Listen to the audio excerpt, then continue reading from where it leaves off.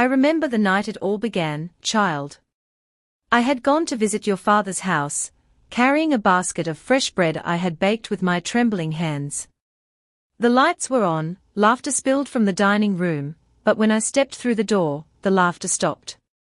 My daughter-in-law looked me straight in the eyes, her lips curled with a smile that wasn't a smile at all, and she whispered to my son, my only son, loud enough for me to hear. "Why do you still let her come here? She's just a burden. She has nothing left to give you." And he said nothing. Therefore, I stood there, frozen, with the smell of warm bread in the air, and my heart breaking quietly inside my chest. The silence between us, child, was louder than any cruel word. That night, I walked back to my little house under the dim streetlights, holding that basket like it weighed 1,000 pounds. I whispered to myself, he is my son. He will remember. He must remember. But days turned into months, and months into years. 9 years passed. 9 long years where my phone never rang with his voice.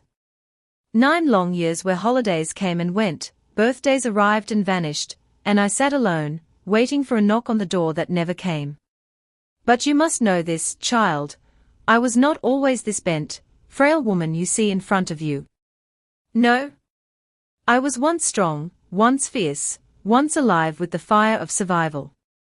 And since you asked me tonight why my hands tremble when I hold my tea, I will tell you the truth. Not the polished truth people use to look brave, but the raw truth, the one soaked in sacrifice, in pain, and in the kind of love that almost destroys you. Therefore, listen carefully, because my life was not easy, and yet every hardship carved the woman I became. When I was a girl not much older than you, I married your grandfather. He was kind, yes, but we had nothing. No house, no money, just a dream and a little bit of hope. I worked 2 jobs, scrubbing floors in the morning, sewing until midnight, while he worked at the mill. I walked to work in shoes with holes at the bottom, and when it rained, I felt the mud seep into my socks. But I smiled anyway, because I believed all the struggle would one day bring comfort for my family. And then came your father, my only son. The moment I held him, I promised myself he would never know the hunger I had known. Therefore, I worked harder. I skipped meals so he could eat. I stayed up nights learning numbers and papers, because I dreamed of building something more than just survival. Do you see that old wooden chest near the window? Inside are the first papers of my little company. It was nothing at first, just me and a borrowed sewing machine, stitching clothes for neighbors. But every stitch was a prayer, every fabric a promise. And slowly, child, it grew. From 1 customer to 10, from 1 sewing machine to 3, until the day came when people started calling it a business. But success came with a price. For every dollar I earned, I lost a night's sleep. For every praise I received, I carried another scar of exhaustion. I missed your father's school play because I was at the shop. I missed one of his birthdays because I was meeting clients. I told myself it was worth it, because one day, he would understand that his mother had built something from nothing. Therefore, imagine my pain when the very thing I built, the very sacrifices I made, were used against me. Your father grew up watching me work, but instead of seeing the love behind my sacrifices, he heard the whispers. His wife told him I cared more about money than family, that I was selfish, that I built my company only for myself. And instead of remembering the nights I went hungry so he could eat, he believed her lies. Child, nothing breaks a mother more than watching her child's heart turn cold. And for 9 years, I carried that wound. But do not think I sat here only weeping. No, I worked, I endured, and I kept my silence. Because sometimes silence is stronger than words. And as I grew older, as my back bent and my hair turned white, something unexpected happened. The company that began with 1 sewing machine grew into a giant. People from cities I had never seen came to me. My name carried weight. And one day, without fanfare, without even trying, I sold that company. Do you know how much they paid me, child? $18 million. Yes. 18 million for the hands that were once mocked, for the nights of hunger, for the years of silence.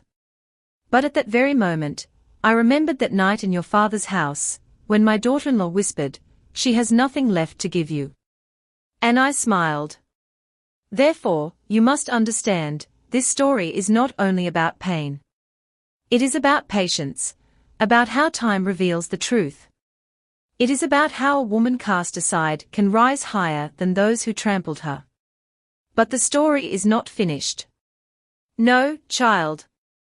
For the real test came after the sale, when news spread, and suddenly, after 9 years of silence, there was a knock at my door.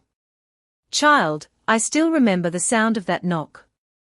It was soft at first, almost hesitant, as though the person behind it wasn't sure they belonged there. My heart froze in my chest. For 9 years, no one had come. For 9 years, the only sound at my door was the wind, the mailman, or a neighbor bringing me soup. But that night, the knock carried a weight I could feel in my bones.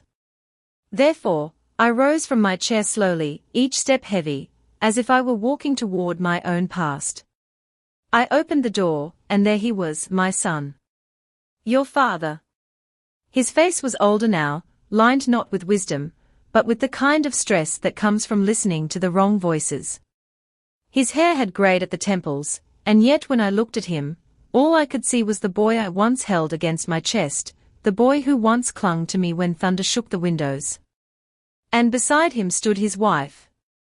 She wore her smile like a mask, wide and polished, but her eyes betrayed her.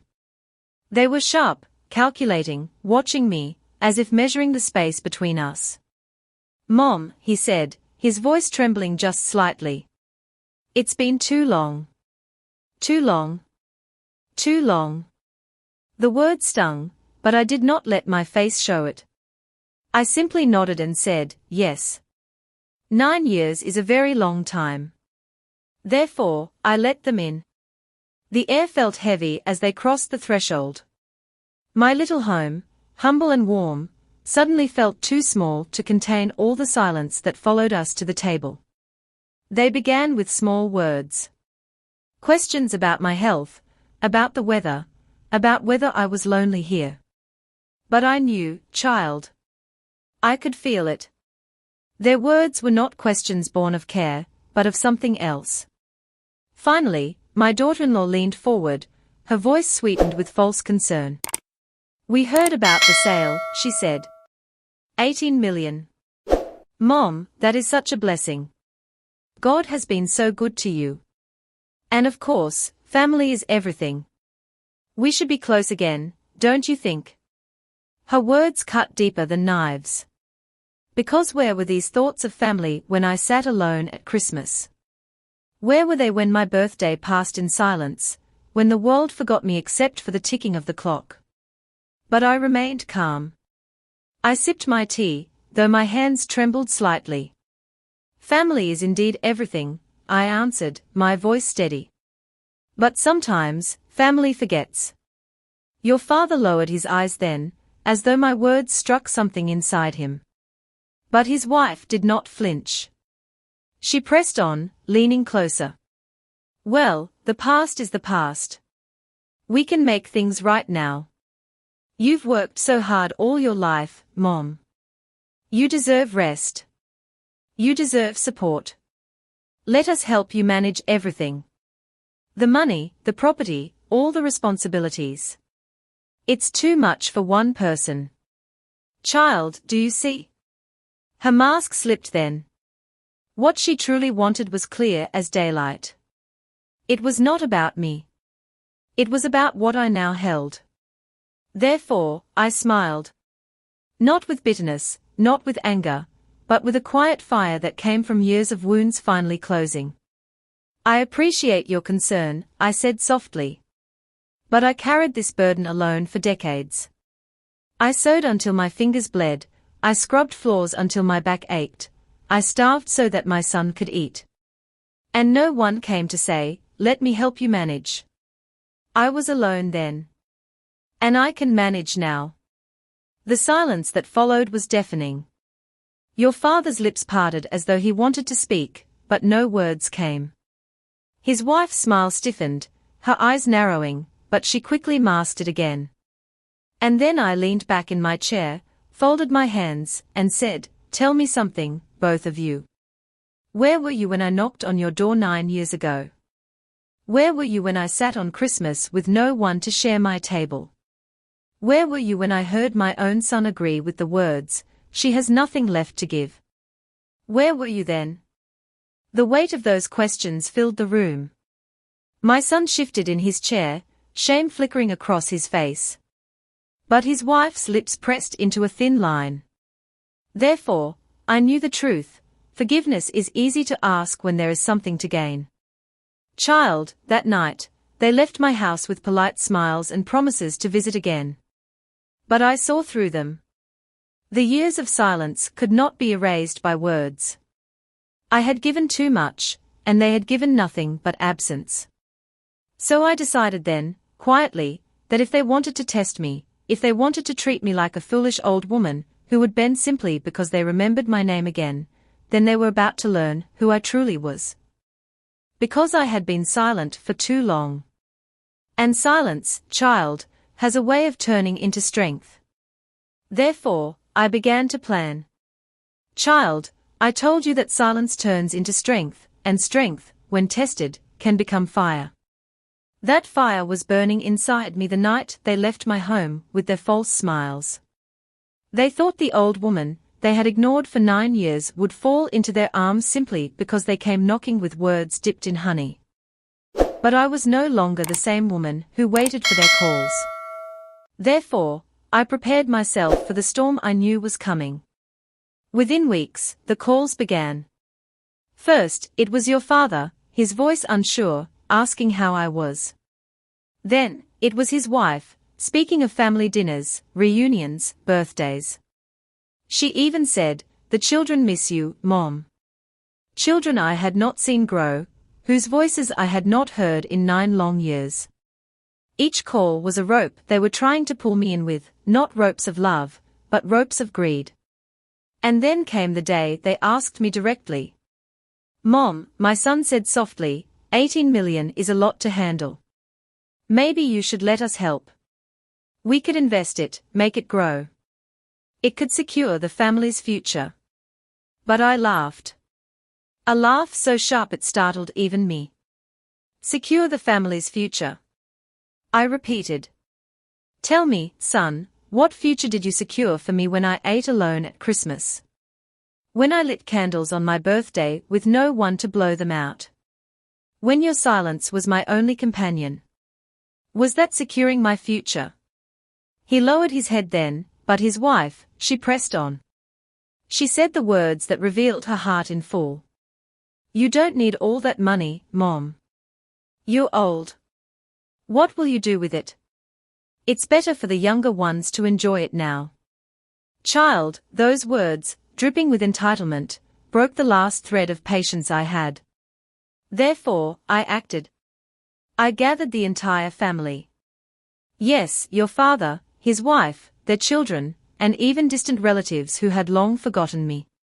I invited them to a dinner at a fine restaurant, one they could never afford on their own. The table was long, the plates polished, the food rich with flavor.